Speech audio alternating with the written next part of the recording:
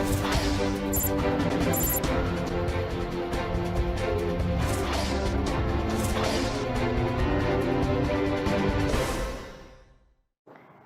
olha só, estamos aqui para aquele dia especial, caso precise.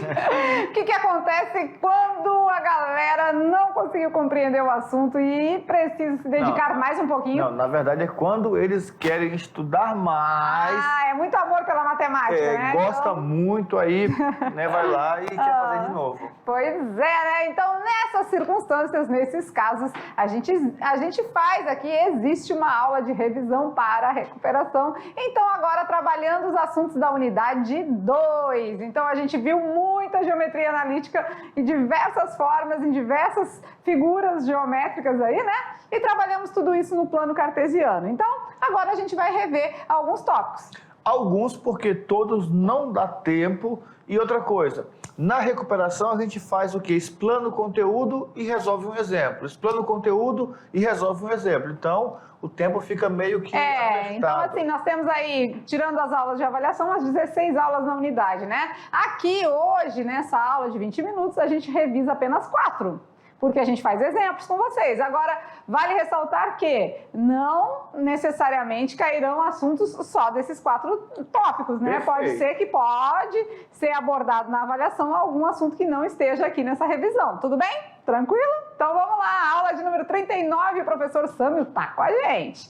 Revisão de recuperação da unidade 2, onde a gente vai relembrar alguns assuntos. Bora lembrar aí. A geometria analítica, na ideia de ponto e reta, na nossa parte 2, falando sobre as coordenadas do ponto médio e o alinhamento de 3 pontos. A geometria analítica ponto e reta na parte 3, onde a gente viu a inclinação da reta, coeficiente angular e algumas formas da equação da reta. Vamos rever também Geometria analítica na primeira parte da circunferência, onde nós introduzimos o assunto falando sobre círculo, circunferência e falar sobre as formas de equação da circunferência. E a geometria analítica agora nas cônicas, e a gente focou aqui no caso da elipse. Bora ver então, vamos relembrar? Bora concentrar! Então, galera, é hora de concentração, sem perca de tempo, porque nesse momento agora não é mais um momento de anotações, porque a gente já anotou tudo isso durante as aulas, né? A gente veio nessa caminhada aí de exemplos, de atividade de sala, de resolução, conceitos. Então, agora é o momento só de ficar atento, prestar atenção aos detalhes, a parte de mapa conceitual, né? A gente faz aí e também os exemplos que a gente dá na aula. Tá bom? E vai que, né, nessa revisão, uma questão que a gente revisa aqui, você pega a prova e está lá uma parecida. Então, muita atenção e vamos para frente. Vamos lá então, começando assim, então olha lá, na aula 21 a gente estudou a parte de ponta e reta, né? Onde a gente viu ponto médio e alinhamento de pontos, vamos relembrar. O ponto médio é o ponto que divide o segmento de reta exatamente no meio. Então, eu vou ter lá um segmento de reta que vai ter uma distância determinada, que nós aprendemos também, e a metade dessa distância vai marcar no plano cartesiano o nosso ponto médio. As coordenadas do ponto médio são dadas por x médio é igual a x1 mais x2 dividido por 2, ou seja, a média aritmética entre os 2 pontos no eixo x. E o y médio da mesma forma, né? Soma os valores dos 2 pontos de y e divide por 2. Já na parte de alinhamento de 3 pontos, a gente tem que usar a nossa regra de Sarri, né? Se o determinante da matriz, quando a gente resolver, for igual a 0, significa que eles estão alinhados, colineares, na mesma linha, tá? E se forem diferentes de 0, significa que eles vão formar um triângulo. E aí você vai pegar esse determinante, vai botar o módulo nele, divide por 2, com isso você já tem a área do triângulo. Beleza. Na primeira coluna a gente coloca os valores de x dos 3 pontos, na segunda coluna os valores de y dos 3 pontos e na terceira coluna a gente coloca o 1, né, para complementar. E tudo isso tem que ser igual a 0. E aí você vai aplicar a regra de Sarri, né, que é repete as duas, né, lembra lá da paródia, né, vai repetir 2 colunas, por favor, e multiplica as diagonais lá fora, né, então assim resolve pela regra de Sarri. Hora de recuperar, vamos lá? Vamos fazer? Verifique se os pontos A, B e C estão alinhados. Então, a primeira coisa é organizar essas coordenadas na matriz. Vamos lá, então. Primeiro a gente vai colocar os valores dos 3 pontos em x, né? Menos Isso. 3, 1 e 3. Depois os valores em y, 5, 1 e menos 1. E intera com 1, 1, 1. E vamos repetir as duas primeiras colunas, né? Menos 1, 1 e 3. 5, 1 e menos 1. E aí começa o cálculo do determinante, sempre multiplicando em diagonal. Então vamos lá. Determinante da matriz vai ser igual. Menos 3 vezes 1. Menos 3. Menos 3 vezes 1, menos 3. 5 vezes 3. 15. 15, né? Menos 1 vezes 1 vezes 1. Menos 1. Isso tudo menos a diagonal secundária. Vamos lá. 3 vezes 1? 3. 3. Menos com menos, mais. 3 vezes 1? 3. 3. E aqui temos 5 vezes 1? 15. 5 vezes 1, 5. 5. Beleza? No determinante da matriz, então vamos resolvendo aí. 15 tira 4. 15 tira 4 fica 11. 11, né? Porque eu estou devendo 3, devendo 1, mas eu tenho 15 de saldo. Menos o que está dentro do nosso parênteses. 5 mais 6. 11. 11. Deu 0? Deu 0. 11 menos 11 é 0. Então, era para verificar se eles estão alinhados. Então, a gente pode dizer que sim, estão alinhados, porque o resultado deu 0. Beleza? Tranquilo? Então, vamos agora para o segundo tópico. Na aula 22, a gente viu o ponto e reta na parte 3, com alguns assuntos, né? Vamos lá. E aí nós vimos a questão da inclinação da reta. A inclinação da reta vai acontecer de várias maneiras, e essas maneiras serão destacadas de acordo com os nossos ângulos. Nesse caso aqui a gente pode avançar, né? Porque é só para relembrar eles, né? Mas o que nos interessa mesmo no conteúdo é o coeficiente angular, né? Isso. Que é dado a partir do quê? A partir da razão entre a variação do eixo Y e a variação do eixo X. Então, quando eu calculo essa variação, eu tenho a inclinação. Essa inclinação nada mais é do que a tangente daquele ângulo citado no slide anterior. Beleza. Então, a gente tem duas formas de conseguir o nosso M, o coeficiente angular, ou pelo YB menos YA sobre o XB menos XA, ou pela tangente do ângulo, certo? Formas da equação da reta, tem a geral e tem a reduzida, né? A reduzida onde a gente isola o y. Quando a gente faz isso, esse A aqui já é o nosso próprio coeficiente angular, é o próprio Mzinho, tá? Com A, B e C, números constantes, números reais, não é? Hora de recuperar, vamos lá? Determine a equação da reta que passa pelo ponto A, de coordenadas 1 e 4 e tem coeficiente angular igual a 2. Tá aí, ó, a equação da reta. Temos a equação da reta, a gente sabe que esse aqui é o x do A e esse aqui é o y do A e esse aqui é o meu M, meu coeficiente angular. Basta substituir. Então, y menos y do A, que é 4, é igual ao M, que é 2, vezes o x menos o xa, que é 1. Y menos 4 vai ser igual ao chuveirinho. Vamos lá, 2 vezes x? 2x. 2 vezes menos 1? Menos 2. Menos 2. Então, 2x menos 2. Passaremos tudo para o primeiro membro, para ficar uma equação... a gente pode fazer a geral ou a reduzida, né? Aí vai da nossa vontade aqui. Ele não determinou, né? Só pediu a equação da reta. Então, vamos lá. Passando tudo para cá, se a gente quisesse fazer a reduzida, era só passar o menos 4 para o outro lado, né? Porque isola o y. Mas vamos lá. Y, vamos passar o 2x para cá negativo, né? Isso, menos 2x, menos 4 mais 2 igual a 0.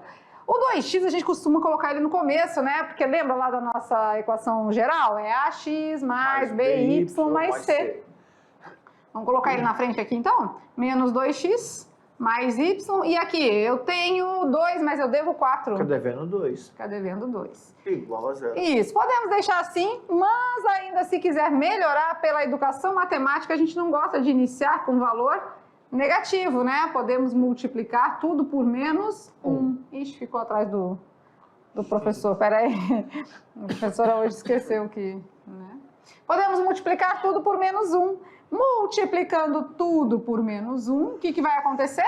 Inverte-se os sinais. Então, vamos ficar com 2x positivo, menos y negativo e o 2 positivo igual a 0.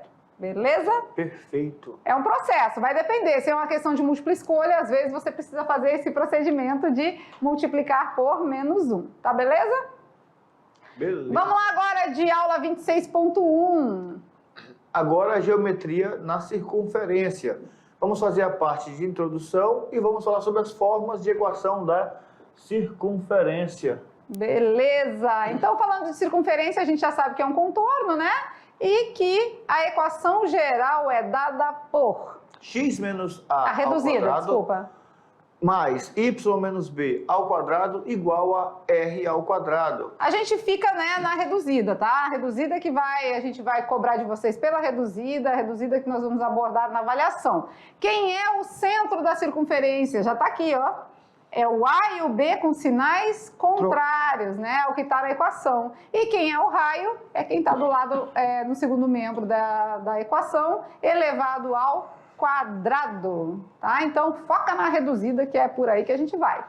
E vamos recuperar, vamos lembrar aí? Olha lá. Determine a equação da reta, a equação da circunferência com centro no ponto C, 2 e 1 e que passa pelo ponto A, 1 e 1. Aqui nós temos uma particularidade. Ela está no centro e passa por um ponto. Então, precisamos achar primeiro a distância entre esses pontos e esses dois pontos, para poder descobrir quem é o raio. Então, se a gente achar essa distância, a gente vai ter o raio, né? Isso. O centro já está fácil, a gente já vai substituir aqui depois. Mas nos falta o raio para poder complementar, né? Então, vamos relembrar aí como é que é a distância entre dois pontos. É a raiz quadrada de xb menos xa ao quadrado mais yb menos ya ao quadrado, né? Vamos lá? Esse b e esse a, nesse caso aqui, vai ser o c e o a, né? Não tem problema, Isso. as letrinhas são de menos, tá? Raiz quadrada. Vamos usar o x desse menos o x desse? Vamos. 2 menos 1 ao quadrado. mais Depois, y desse, y desse. 1 menos 1. 1 menos 1 ao quadrado. Distância é a raiz. 1 menos 1 é 0, né? Isso, só ao tudo que eu quadrado vai Zerar. né? Então, vamos ficar aqui com 2 menos 1. 1. 1 ao quadrado, a gente corta, então a distância é 1, que é igual ao meu raio. Então, agora eu consigo fazer a equação aqui, ó. X menos o A, quem é o A? 2. 2. Não, o A é o centro. Sim, centro. é o X do ponto do centro, né? Menos 2 ao quadrado, mais Y menos B, quem é o B? 1 ao quadrado. É igual ao raio ao quadrado, o raio é 1 ao quadrado, né? Então, é o próprio 1, né? Então, a gente já pode, nem precisa colocar esse quadrado aqui e já finaliza aí. A resposta correta é essa. Beleza. X menos 2 ao quadrado, mais Y menos 1 ao quadrado, igual a 1. Porque o meu raio é 1 e ao quadrado é ele mesmo, né? Vamos lá agora para finalizar a história. Então, temos aula 33.1, onde a gente estudou a parte das elipses. Vamos ver as equações e tudo mais? Vamos relembrar? A elipse é um conjunto de pontos cuja soma das distâncias focais é uma constante igual a 2c. Ali está 2a, é 2c. É toda a vida, né? 2c. Espera aí que eu vou apagar aqui. 2a. Então, eu quero 2c. Pronto. Então, quando a gente tem as equações da elipse, a gente tem os elementos primeiro, né? A gente já sabe quem são foco, né? Quem são os focos? F1 e F2, agora estão dentro, né, da nossa elipse aqui, ó. F1 e F2. O centro é o O. 2C é a distância focal. Então, se eu tenho um C ali, eu tenho 2C como total, né? Da mesma forma, o 2A quem é? O 2A é a medida do eixo maior. Então, o eixo maior aqui é 2A. E a medida do eixo menor? É 2B. 2B aqui, né? Isso. Vira uma riscalhada, mas tá certo. E a excentricidade é o grau de achatamento da minha elipse, né? Que é o C dividido pelo A. Isso mesmo, o C dividido pelo A, certo? E claro, né, as equações, a gente vê que a reduzida é o que a gente faz uso aí nos exercícios com vocês. Mas existe também aquela que tem centro em qualquer ponto, né? Porque essa reduzida já é com centro na origem, aí fica mais fácil, né? Se o meu eixo maior está em x, o x ao quadrado fica sobre A ao quadrado. Se o meu eixo maior está em Y, quem vai ficar aqui vai ser o Y ao quadrado. Então, a gente é que tem que fazer essa distinção, né? Distinguir aí as situações com relação ao eixo maior. Vamos lá, hora de recuperar? Determine a equação da elipse de focos F1, 3 e 0 e F2, menos 3 e 0. E vértices, que são extremidades do eixo maior, A1 com extremidade 5 e 0 e o A2 menos 5 e 0. E aí, só pelo foco, né? O foco está em X, ó, né? A gente está vendo que os focos estão em X. Então, se o foco está em X, a gente já sabe que ela é do tipo X ao quadrado sobre A ao quadrado mais Y ao quadrado sobre B ao quadrado igual a 1, beleza? Então, eu preciso saber quem é A e quem é B, né? E eu sei pelas minhas situações aqui, ó, eu já sei que o meu A é quem? O meu A é o 5, né? Isso. Isso, o meu Azinho vai ser o 5. Esse 3 é o C, né? É a distância focal, é o C. Então, tá faltando o B. Mas o B, pelos números pitagóricos, a gente já sabe, né? Que se a hipotenusa é 5, um dos catetos é 3, o outro cateto é 4, de certeza. Então, a gente já pode substituir, então, x ao quadrado sobre a ao quadrado. Quem é A? 5 ao quadrado, mais y ao quadrado sobre b ao quadrado. Quem é b? 4 igual a 1. Resposta final, vamos colocar aqui, x ao quadrado sobre 25 mais y ao quadrado sobre 16 igual a 1. Essa é a equação pedida no problema. Beleza. Certo? Tem que fazer análise, né? Porque aqui no desenho, aqui, ó, a gente consegue visualizar quem é o foco, né? Vamos dar uma limpadinha aqui. Olha lá. Aqui a gente tem o foco. Então, o foco é o C, ó. E o A vai ser o meu eixo maior, né? Porque esse A aqui, a hipotenusa, é o mesmo valor daqui, ó. Então, esse é o A. E os vértices que ele está falando são esses extremos aqui, né? Então, por isso que a gente tem como hipotenusa o nosso A e catetos B e C.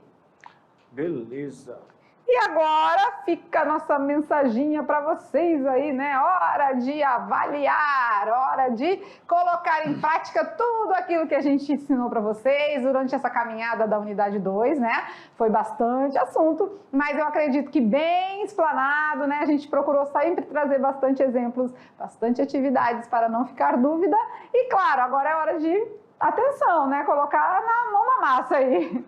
Porque sabemos que alguns têm facilidade com a matemática, outros já trazem consigo uma certa dificuldade.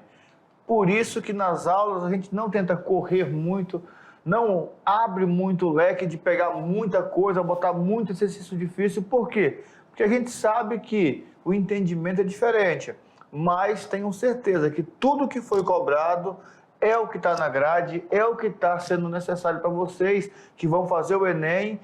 E eu ainda digo mais, vocês estudando desse jeitinho, tranquilo, cadenciado, estão ganhando muito mais do que quem está só jogando conteúdo. Agora você precisa se organizar. Um estudante ele tem que ter uma organização, porque a professora Lúcia fazer é uma coisa. Nossa, é tão fácil. O difícil é eu, aluno, parar e tentar fazer sozinho, porque é aí que aparece a dificuldade. E, a princípio, parece que ninguém tem dificuldade. Por quê? Recebeu alguma mensagem? Não, ainda não. Nada. Não. As que eu recebi, a que nós recebemos de verdade, foram assim, ó, muito obrigado pela aula, estou conseguindo, estou gostando, estou aprendendo.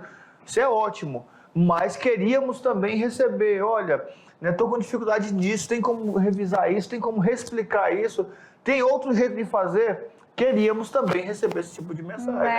Pois é, então tem as dúvidas para serem tiradas, né? Mas agora, então, a gente deseja aí uma boa avaliação, né? Que vocês tenham sucesso, que vocês sejam vencedores nesse processo aí. A gente sabe que essa unidade 2, ela não é tão simples assim, mas a gente fez o possível para passar de uma maneira tranquila e acessível a vocês, tá certo? Beleza. Então, fica aqui aquele beijo no coração, boa avaliação e até mais. Tchau, tchau!